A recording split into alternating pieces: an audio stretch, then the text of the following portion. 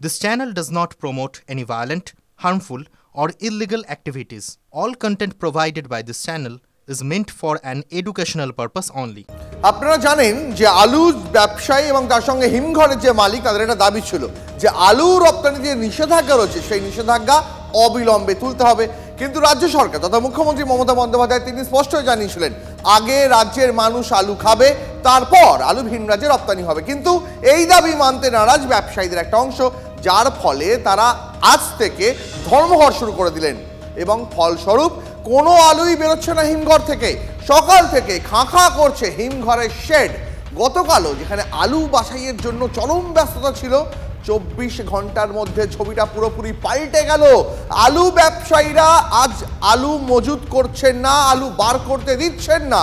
এই মুহূর্তে সার্বিক পরিস্থিতি দেখাবেন আমাদের সঙ্গে রয়েছেন আমাদের দুই সহকর্মী, আমাদের সঙ্গে হীরক রয়েছেন, আমাদের সঙ্গে সোমা রয়েছেন। আমি শুরুতে একবার হীরকের কাছে যাই। হীরক, রাজ্য জুড়ে যদি এই অচল অবস্থা আর 72 ঘন্টাও জারি থাকে তাহলে রাজ্য জুড়ে আলুর সংকট তৈরি হবে এবং আম বাঙালির পাতে যে সমস্ত খাদ্যদ্রব্য প্রত্যেক দিন লাগে, আলু তার মধ্যে একটা নিত্য প্রয়োজনীয় সবজি। এই মুহূর্তে বাঁকুড়ার ছবিটা কি একবার তুলে ধরো। দেখো, গতকাল রাজ্যের কৃষি বিপণন মন্ত্রী বেচারাম মান্নার সঙ্গে প্রগতিশীল আলু ব্যবসায়ী সমিতি এবং হিমঘর মালিক সমিতি তারা বৈঠক করেছেন, কিন্তু সেই বৈঠকেও ভিন রাজ্যে আলু রপ্তানি নিয়ে কোনো সমাধান সূত্র বেরিয়ে আসেনি। আর তার ফলে তাদের যে পূর্বঘোষিত ধর্মঘট, পূর্বঘোষিত কর্মবিরতি, সেই কর্মবিরতি কিন্তু গতকাল রাত থেকেই শুরু হয়ে গেছে।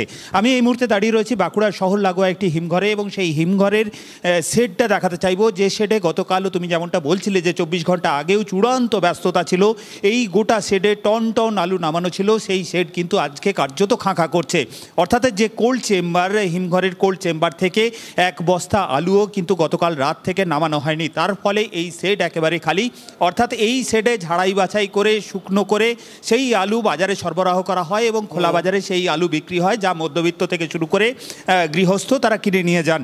কিন্তু শেডে আলু না নামার ফলে বাজারে আলু সরবরাহ তা কিন্তু আজকে সকাল থেকে কার্যত বন্ধ হয়ে গেছে এবং তার ফলে বাজারগুলিতে আলুর এখনো পর্যন্ত যা মজুত রয়েছে সেই মজুত আলু দিয়ে হয়তো আগামী আরও 2-1 দিন চলতে পারে, কিন্তু সেক্ষেত্রে যদি কর্মবিরতি কন্টিনিউ হয় আরও 24 ঘন্টা, 48 ঘন্টা বা 72 ঘন্টা যদি কন্টিনিউ হয়, সেক্ষেত্রে কিন্তু খোলা বাজারে, খুচরো বাজারে আলুর একটা আকাল দেখা দিতে পারে। এবং হীরক, আলু কিনতে গিয়ে ইতিমধ্যেই মধ্যবিত্তকে বাজারে গেলে তাদের হাতের ছাকা লাগছে। হীরক, আমাদের সঙ্গে থাকো। হীরক তো আপনাদের বাঁকুড়ার ছবিটা দেখালো, এবার আপনাদের দেখাই আরামবাগের ছবিটা। তার কারণ রাজ্যের আলুর একটা বড় অংশই আরামবাগ থেকে আসে। মঙ্গলবার সকাল থেকেই সেই ব্যস্ততা নেই, কারণ এই শেডে আলু পড়েনি, ব্যবসায়ীরা আলু স্টোর থেকে বার করেনি।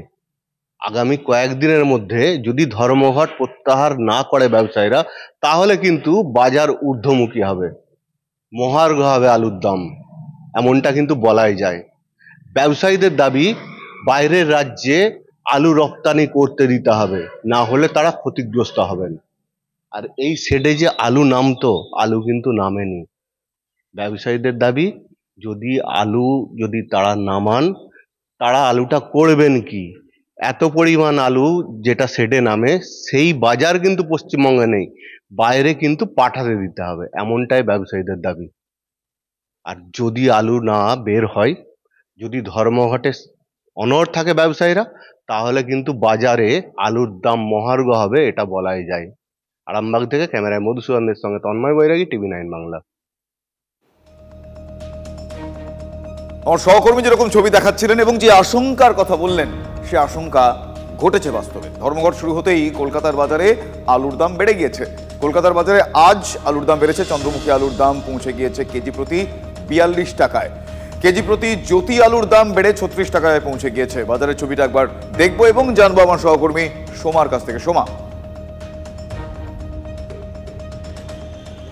দেখো, আলু ব্যবসায়ী এবং হিমঘর মালিকদের যে ধর্মঘট শুরু হয়েছে, সেই ধর্মঘটের জেরে কিন্তু কলকাতার বাজারগুলোতে আলুর দাম বেড়ে গিয়েছে। অর্থাৎ দেখো, কলকাতার বাজারগুলোতে আজকে আলু সরবরাহ হয়নি। খুচরো বাজারগুলোতে আগে থেকে যে আলু আনা ছিল সেই আলুগুলোই কিন্তু এখন বাজারে বিক্রি হচ্ছে এবং সেই আলু কিন্তু বেশি দামেই বিক্রি হয়েছে। গতকাল যে আলু 35 টাকায় বিক্রি হয়েছে, সেই আলু 36 টাকা এবং কোথাও 38 টাকা কেজি দরে বিক্রি হচ্ছে জ্যোতি আলু। এবং যে চন্দ্রমুখী আলু, সেই চন্দ্রমুখী আলু কিন্তু 42 টাকা কেজি দরে বিক্রি হচ্ছে। এখানকার যারা বিক্রেতারা রয়েছেন তারা কিন্তু আশঙ্কার কথা শোনাচ্ছেন। তারা বলছেন তাদের কাছে যেটুকু আলু মজুত আছে তারা এই দামে বিক্রি করছেন, কারণ এরপর তারা আর আলু দিতে পারবেন না।